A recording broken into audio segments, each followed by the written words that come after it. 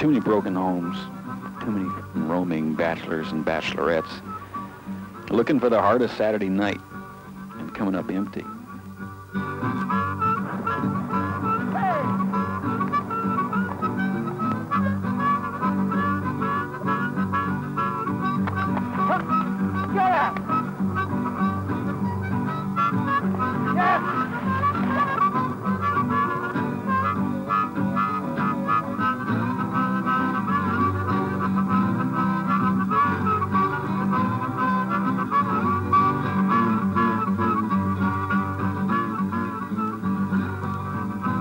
So I became a big brother for my friend Ben, which is a part of the youth service agencies, Big Brothers, Big Sisters Incorporated. And it's been an important link with the city for me.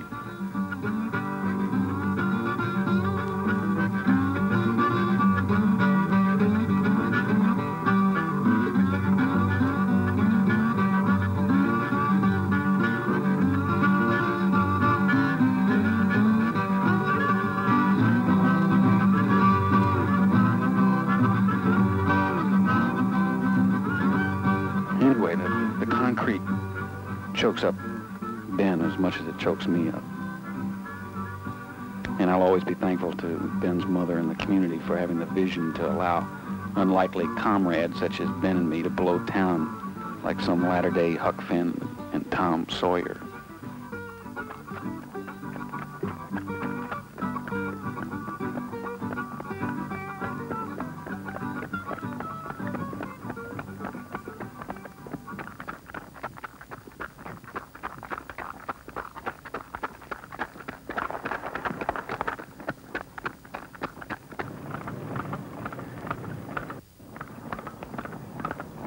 Come on, buddy. Let's go. Yeah. Come on, get your ass up. Come on. Yeah.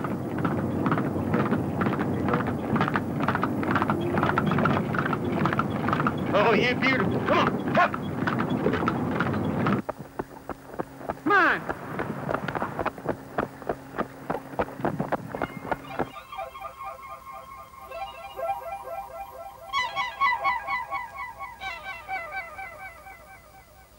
Ben and I aren't the only ones restless in this town.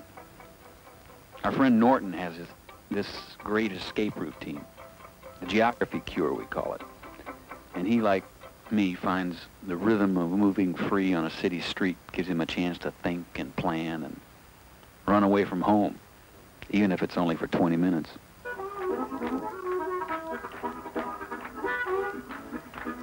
Actually, he has a better built-in time machine.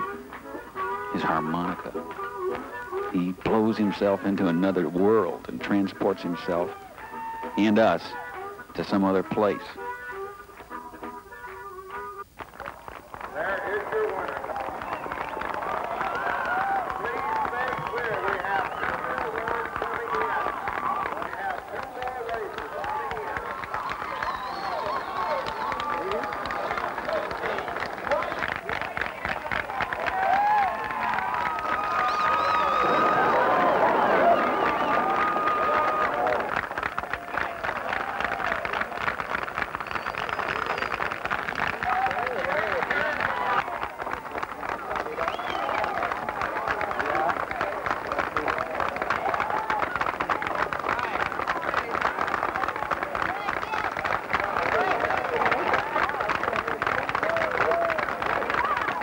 I had a burro step on my heel at the start. I was 50 yards down the street before I realized my shoe was back at the starting line. So you threw a shoe at the beginning, not the burro. I threw a shoe.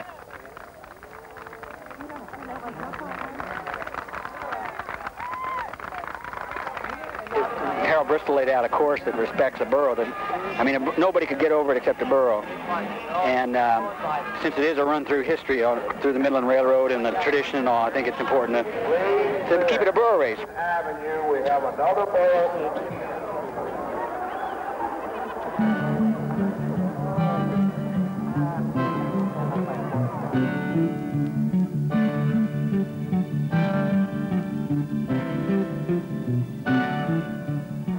Burro racing is a cross between a foot race, a wrestling match, and a rodeo. But now I'm entering my 10th season of pack burro racing, and I feel the synergistic pattern of the experience evolving more quickly with Ben's presence, providing a set of eyes and a young mind to respond to all of this.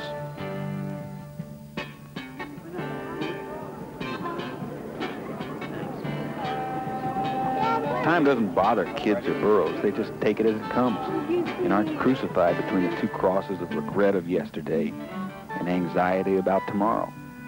They just go with it.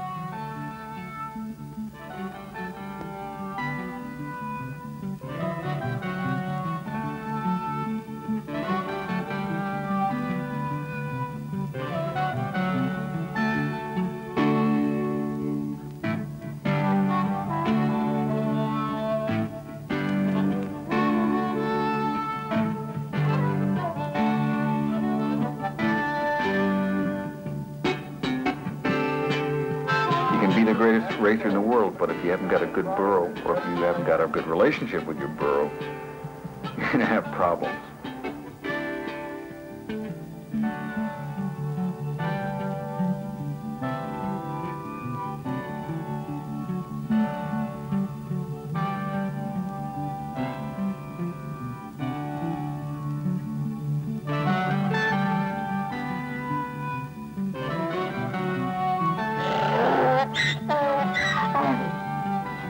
There's some base work I do up here on my own that calluses my body for the 8 races that'll blast it this summer.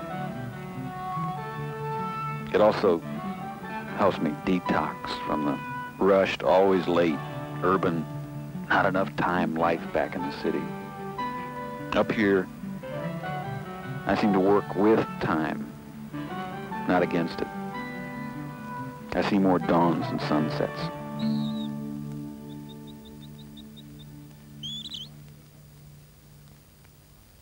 The wild burros I work with are descendants of the prospectors' burros, who descended from the conquistadors' burros that were brought to the Southwest hundreds of years ago.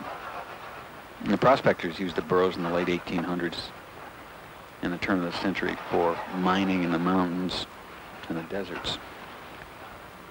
They packed the gear for the miners and hauled gold out of the mines. It was burros, beans, and brawn that won the West. They helped blaze the trails and lay the rails until the machines took their jobs away.